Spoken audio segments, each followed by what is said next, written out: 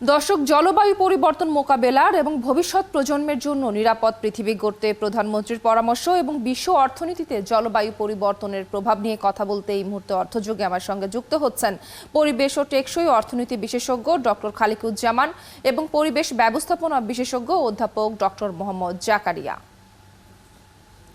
শুরুতেই doctor doctor Khaliquzzaman, আপনার কাছেই প্রথম প্রশ্নটি রাখতে চাই। ধন্যবাদ জানাচ্ছি যুক্ত হবার জন্য আমাদের সঙ্গে। নিরাপদ ও সুন্দর পৃথিবী গড়তে হলে বিশ্বব্যাপী তাপমাত্রা কমাতে কার্বন নির্গমনকারী দেশগুলোকে কার্যকর পদক্ষেপ নেওয়ার আহ্বান জানিয়েছেন প্রধানমন্ত্রী শেখ হাসিনা। এ নিয়ে আপনার পর্যবেক্ষণ ও পরামর্শ কি? এটা আমাদের প্রধানমন্ত্রীর একটা খুবই ভালো পরামর্শ এবং এই পরামর্শ উনি আগেও দিয়েছেন, জাতিসংঘেও দিয়েছেন। কিন্তু ধনী দেশগুলো যারা এই কার্বন নিঃসরণ করছে আগের মতোই বা অনেকটা আগের চেয়েও বেশি, তারা আমাদের প্রধানমন্ত্রীর কথা কান দিচ্ছেন না। আমার তাই মনে হয় তার চেয়েও শুধু কান দেওয়া না, তারা যুদ্ধের পিছনে এত টাকা ব্যয় করছেন। এখন সারা পৃথিবীতে একটা যুদ্ধের অস্ত্র তৈরির একটা প্রতিযোগিতা শুরু হয়ে গেছে, ইউরোপে বিশেষ করে। এটা একটা খুবই দুর্ভাগ্যজনক ব্যাপার যে আমরা এমন একটা পরিস্থিতিতে আসছি। আজকে আমাদের যে কনফারেন্সটা ঘটে গেল, শুরু হলো মাত্র, আসলে আগামী 4 দিন চলবে, বৃহস্পতিবার পর্যন্ত। এই 4 দিনে বিশ্বের বিভিন্ন দেশের মানুষ অংশ নিয়েছে, আমিও নিয়েছিলাম।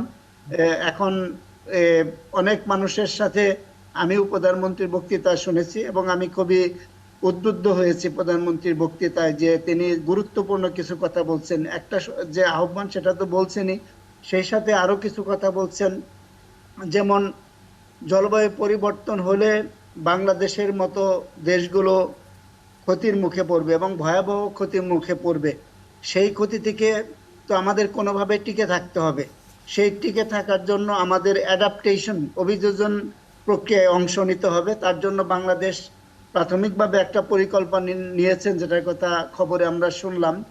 তবে আমার মনে হয় শুধু এই পরিকল্পনাই যথেষ্ট না, আরো অনেক বেশি পরিকল্পনা নিতে হবে। কারণ আমরা আশঙ্কা করছি যদি সত্যি সত্যি জলবায়ু পরিবর্তন ঘটে, পৃথিবীর তাপমাত্রা 1.5 ডিগ্রি সেলসিয়াসের মতো বাড়ে, তাহলে আগামী 40-50 বছরে বাংলাদেশের একটা বিরাট অংশ, বিশেষ করে নিম্নাঞ্চল, পানির নিচে চলে যাবে। তাহলে এখানকার মানুষ সেই যাবে ক্ষতি কোথায়? মোকাবেলার জন্য আসলে কার্যকর পদক্ষেপ, প্রয়োজনীয় পদক্ষেপগুলো এখন থেকেই জরুরি ভিত্তিতে নেওয়ার প্রয়োজন আছে। ডক্টর খালিকুজ্জামান, আপনি আছেন আমার সঙ্গে, ফিরবো আবারও আপনার কাছে।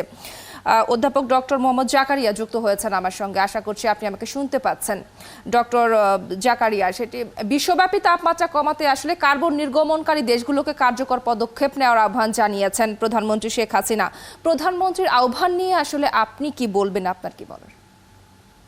Thank you very much. আমার মনে হয় যে এটা একটি ইম্পর্টেন্ট, আমার মাননীয় প্রধানমন্ত্রী আহ্বান জানিয়েছেন।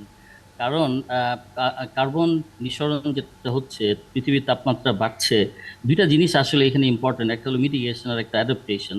তো মিটিগেশন তো আমরা আসলে আমাদের কার্বন নিঃসরণের আমাদের কন্ট্রিবিউশন ভেরি নেগলিজিবল, এটা প্রধানমন্ত্রী, মাননীয় প্রধানমন্ত্রী বলেছেন।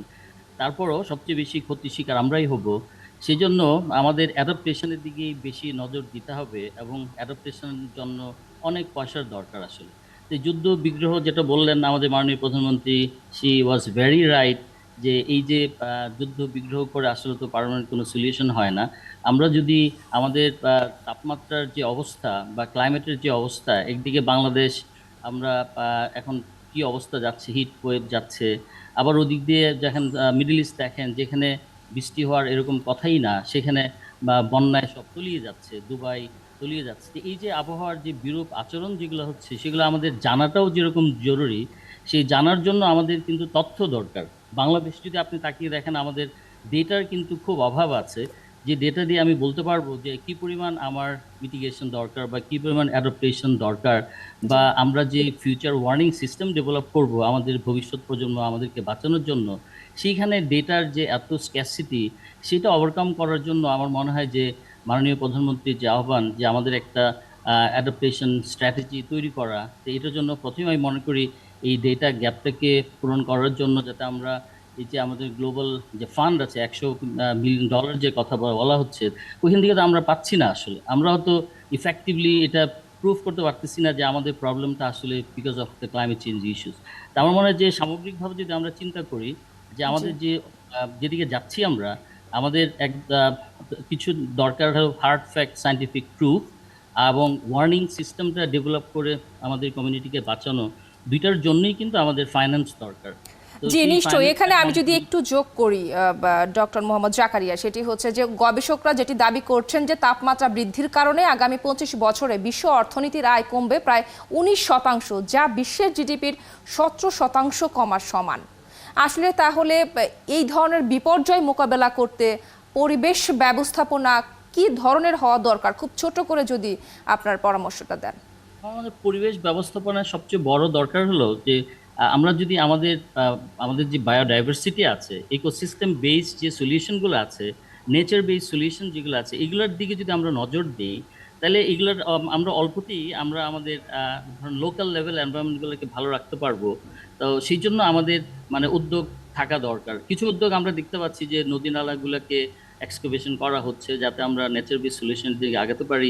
আমাদের যে সমস্ত জায়গাগুলোতে প্রবলেম আছে, যেরকম আপনাদের ট্রি কাভার কম, ওয়েটল্যান্ড কম, হ্যাঁ, এবং আমাদের গ্রিন স্পেস কম, সেই জায়গাগুলোতে যদি আমরা একটু ভালো করে নজর দিয়ে খুবই স্ট্রিক্টলি এই পলিসি ডেভেলপ করে পলিসিগুলো অ্যাপ্লাই করতে পারি, তাহলে হয়তো এই যে আরবান এরিয়াতে আমাদের আজকে প্রবলেম, গ্রিন স্পেস নাই, ওয়াটার বডি নাই, তো সেই জায়গাগুলোতে আমাদের মানে খুবই জিরো টলারেন্স দেখিয়ে কিছু পরিকল্পনা, অ্যাগ্রেসিভ প্ল্যানিং নেওয়া উচিত, যাতে করে আমরা আমাদের এখানে থাকতে পারি। আসলে সেটা যদি না করি, তাপমাত্রা যদি 45, তাহলে আমরা এই ক্ষতি মোকাবেলা করতে হয়তো সক্ষম হব না। আপনি আছেন একেবারে শেষ পর্যায়ে, ডক্টর খালিকুজ্জামান, খুব ছোট্ট করে আপনার শেষ মন্তব্য শুনতে চাইবো, আপনার পরামর্শ শুনতে চাইবো আসলে যে তাপমাত্রা বৃদ্ধির কারণে অর্থনীতির ক্ষতি মোকাবেলায় পরিবেশ ব্যবস্থাপনা নিয়ে আপনার পরামর্শ কি, খুব ছোট করে 1-2 লাইনে যদি বলেন।